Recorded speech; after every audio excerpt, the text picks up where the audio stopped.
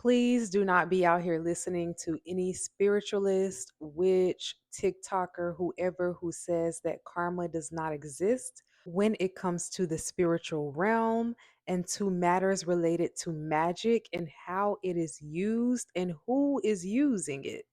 Hello, beautiful people. It is Oshun Kimi, your mystic, your sage, your guru, and your spiritual informant.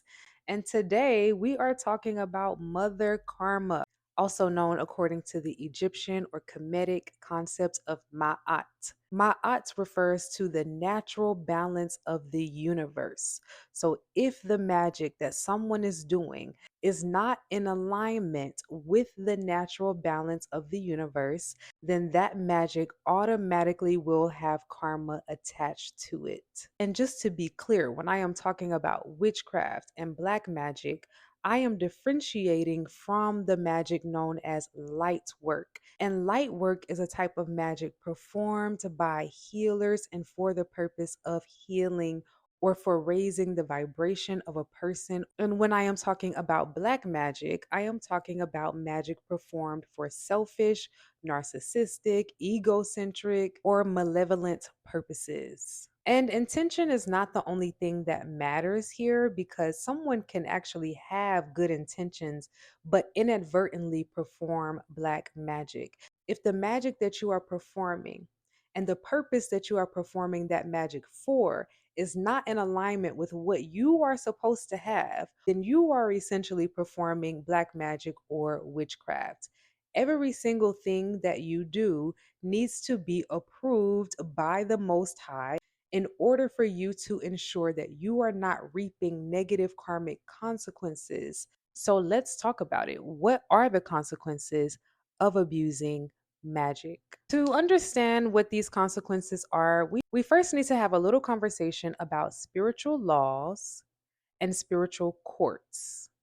So, yes, spiritual law does exist. There are certain things that are considered violations in the spiritual realm, spiritually spying on people without their permission, robbing people of their spiritual gifts and inheritances, reading into people's energy against their will.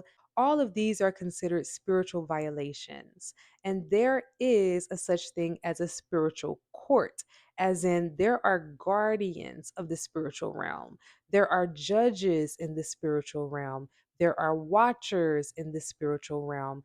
Each and every person has their own spiritual court. Whether you believe in ancestors or not, whether you acknowledge your ancestors or not, you have ancestors on your spiritual court who actively help you in your day to day life. Even though everybody has their own spiritual court, not every single person's court is made of the same types of spirits. The spirits on your spiritual court depends on a variety of things: your own vibration, your own spiritual rank, and of course, upon your destiny. Our spiritual court not only protects us and brings us in blessings, they give us direct spiritual insight, also known as downloads, also known as intuition. When you have those gut feelings and you have those intuitive nudges, then you are directly communicating with your angels and your ancestors and your spirit guides, which is your spiritual court. So now that we have some information about the concept of spiritual courts and spiritual laws, let's talk about what happens in the spiritual realm when someone continuously breaks spiritual laws. And when I am talking about spiritual court, it is not just the people who are on your spiritual team. There is a literal such thing as court in the spiritual realm, as in your spirit can be summoned to court to be judged, sentenced, or convicted for things that you have done on the earthly realm in this lifetime and in previous lifetimes. Court in the spiritual realm is very similar to court in the physical realm. There will be evidence, there will be petitions, there will be juries, there will be character witnesses. Because as above, so below. Anything that we have in the physical realm exists first in the spiritual realm. Just know that. When you have someone who has violated a couple of spiritual laws, they may start off first by getting a few slaps on the wrist. They may notice their money slowing down for a little bit. They may notice some bad luck for a little while. Their spiritual gifts and intuition may be dampened down for a little bit, as in their spiritual court will begin to lift certain protections off of them, and they have to experience the karma of the things that they have done. So, when we are dealing with like youthful offenders or people who don't know any better or people who need to learn a lesson, the spiritual punishments are usually temporary. But when we are talking about people who are repeated offenders, who have undergone lesson after lesson and warning after warning, then we are dealing with outright spiritual jail or outright spiritual prison. So let's get into the tea and talk about what spiritual jail really looks like. One of the main consequences is a stripping of that person's spiritual gifts. If they have an ability to divine and they have been spying on people against their will, then they could very well experience spiritual blindness, as in their gifts will begin to go offline and they no longer have access to the spiritual information that the universe initially trusted them with. A second characteristic is experiencing extreme levels of misfortune and bad luck. A person who was initially wealthy and well off could begin to experience homelessness, begin to have severe money troubles, debt, legal issues. And this is usually something that those people who abuse magic for money will experience. Let's say someone is doing witchcraft to steal other people's money and material blessings, then one of the consequences will be financial misfortune, destitution, and poverty. Another characteristic of spiritual jail, and perhaps one of the worst ones, is that the person's karma becomes generational. When someone has done so much evil, the karma that they inherit becomes so large that they cannot carry it all on their own. And so it begins to get distributed across their family line. Now their children has karma. Now their children will be born with karma already on their heads. The children and the family of that person will be made to suffer the sins of the ancestor.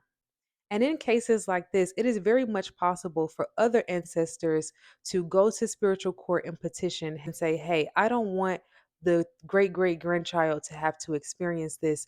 Can that person simply come back instead to pay off this karma? And so now they're in a situation where they have to come back for two, three, four lifetimes as a peasant, as a sickly person, as a homeless person, in order to pay off the karmic debt that they have accumulated. This is not to say that every single sick person or every single homeless person has karmic debt, but in this case of spiritual jail, if someone has to come back to pay karmic debt, then that could be some of the characteristics that they experience. If you are awaiting karmic justice for a situation where you have been continuously wronged by someone who is using witchcraft or black magic, then you can open a case with the universe. You can petition the universe and request that that case and situation be taken to spiritual court.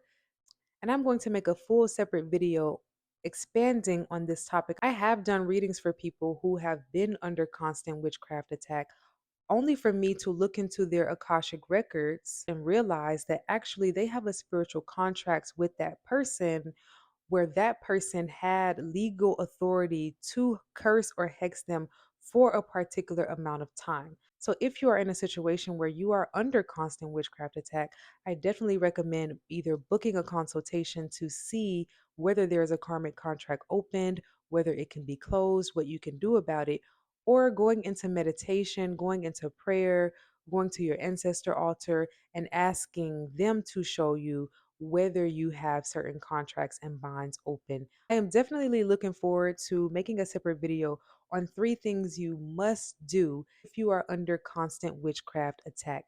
Be on the lookout for that video and for more content on Surviving Witchcraft 101. Thank you, beautiful people, for watching. Peace and blessings. Selah.